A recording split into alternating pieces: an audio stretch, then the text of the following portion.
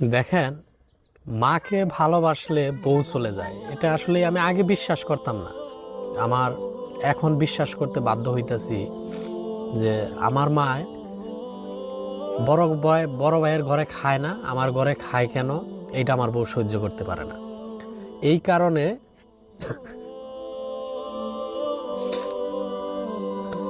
আমার বউ আজকে 15 দিন যাবৎ বাড়ি থেকে চলে গেছে, তার বাপের বাড়ি আসতেছে না।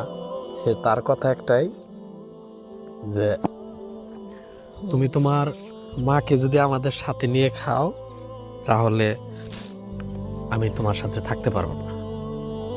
যেই মায়ের জন্য আমি এত ঘর বাড়ি, যে মায়ের জন্য এত কষ্ট করলাম, এই যে সুন্দর ঘর বাড়ি বানাইলাম, আজকে সেই মায়ের ছাড়া আমি কিভাবে আলাদা খাবো? এটা তো আমার পক্ষে কোনোভাবেই সম্ভব না।